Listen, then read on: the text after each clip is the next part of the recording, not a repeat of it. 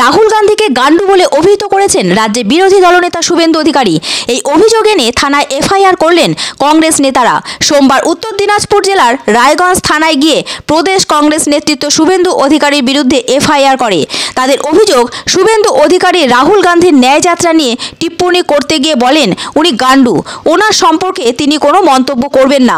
শুভেন্দুবাবু আরও বলেছিলেন, রাহুল গান্ধী যেভাবে চা তৈরির উপায় বাদলে দিয়েছিলেন তা কখনো সম্ভব নয়। এরপরই প্রদেশ কংগ্রেস নেতারা শুভেন্দু বাবুর বিরুদ্ধে ক্ষোভ উগরে দিয়েছেন। তারা বিভিন্ন থানায় গিয়ে শুভেন্দু অধিকারীর বিরুদ্ধে এফআইআর করছেন। ইতিমধ্যে বেশ কয়েকটি থানাতে অভিযোগ জানানো হয়েছে। প্রদেশ কংগ্রেসের এক নেতা বলেন, বাংলার মানুষ কৃষ্টি সংস্কৃতিতে বিশ্বাসী। দুই রাজনৈতিক ব্যক্তিত্বের মধ্যে মত পার্থক্য থাকতে পারে, একজন অন্যজনকে পছন্দ না করতে পারে, কিন্তু কখনোই প্রকাশ্যে বাজে ভাষা প্রয়োগ করে ব্যক্তি নিশানা করা যায় না। শুভেন্দু অধিকারীকে আমরা চোর বলে জানতাম, তাকে কাগজে মুড়ে টাকা নিতে দেখেছি, কিন্তু উনি যে এ ভাষাতে কথা বলতে পারেন তা কোনোদিনও ভাবিনি। তাদের কথায় শিশির অধিকারীর ছেলে শুভেন্দু অধিকারী সম্পর্কে এই ধারণা ছিল না যে তিনি এমন কদর্য ভাষা প্রয়োগ করবেন। তাই এদিন তারা শুভেন্দু অধিকারীর বিরুদ্ধে অভিযোগ জানাতে থানায় এসেছেন। তাদের আরও দাবি, সব থানাতে শুভেন্দু অধিকারীর বিরুদ্ধে অভিযোগ জানানো হবে। প্রদেশ কংগ্রেস নেতৃত্বের দাবি, বাংলার রাজনীতিতে যে কুকথার প্রচলন শুরু হয়েছে তা বন্ধ করার জন্য তারা এই কর্মসূচি নিয়েছেন। আগামী দিনে অন্য থানাগুলোতেও অভিযোগ দায়ের করা হবে। আমরা ভারত জোড়ো যাত্রা থেকে ফিরছিলাম, ইন দ্য মিন টাইম জানতে পারি গতকাল নন্দীগ্রামে একটি বিজেপির দলীয় কর্মসূচিতে পশ্চিমবঙ্গের মাননীয় বিরোধী দলনেতা শ্রী শুভেন্দু অধিকারী একটি ডিরোগেটরি স্টেটমেন্ট, খুব অত্যন্ত কুৎসিত এবং নোংরা শব্দ প্রয়োগ করেছেন ভারতবর্ষের সবচেয়ে গুরুত্বপূর্ণ বিরোধী মুখ শ্রী রাহুল গান্ধী সম্বন্ধে।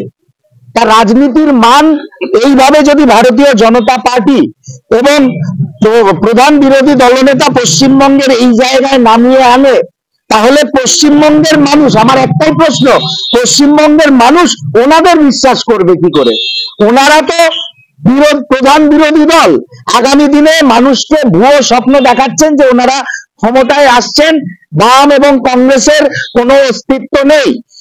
প্রধান বিরোধী দল যদি ভারতবর্ষের প্রধান বিরোধী নেতার বিরুদ্ধে এই ভাষা প্রয়োগ করে, তাহলে বাংলার মানুষ, রবীন্দ্রনাথ নজরুলের বাংলার মানুষ ওনার এই ভাষা, ভারতীয় জনতা পার্টির এই কৃষ্টি কিভাবে গ্রহণ করবে? এটা প্রথম প্রশ্ন। আর দ্বিতীয় প্রশ্ন, আমি আর অভিষেক বন্দ্যোপাধ্যায় এখানে উপস্থিত হয়েছি, ওনার বিরুদ্ধে পুলিশ প্রশাসনের কাছে আমরা দায়ের করব আমাদের অভিযোগ, এবং পুলিশ প্রশাসনকে আমরা অনুরোধ করব, মহামান্য আদালতের কাছে আমরা যাব, যাতে শুভেন্দু অধিকারী এই ধরনের কথা যেটা প্রয়োগ করেছেন রাহুল গান্ধী সম্বন্ধে তার যথাযথ এক্সপ্লানেশন দেন, এবং প্রয়োজনে যদি আদালত মনে করেন ওনার শাস্তি পাওয়া উচিত, ওনার শাস্তি পাওয়া উচিত। শুভেন্দু অধিকারী নোটিফাইড চোর, আমরা দেখেছি তাকে, কিন্তু আমরা এক্সপেক্ট করেছিলাম শিশির অধিকারীর ছেলের অন্তত পারিবারিক শিক্ষাটা অন্তত সেই লেভেলের আছে যে সব কথা সব জায়গায় বলা যায়। That's number one. Number two, আপনি বললেন যে রায়গঞ্জে কেন এসেছে, আমরা ফিজিক্যালি এফআইআর করবো।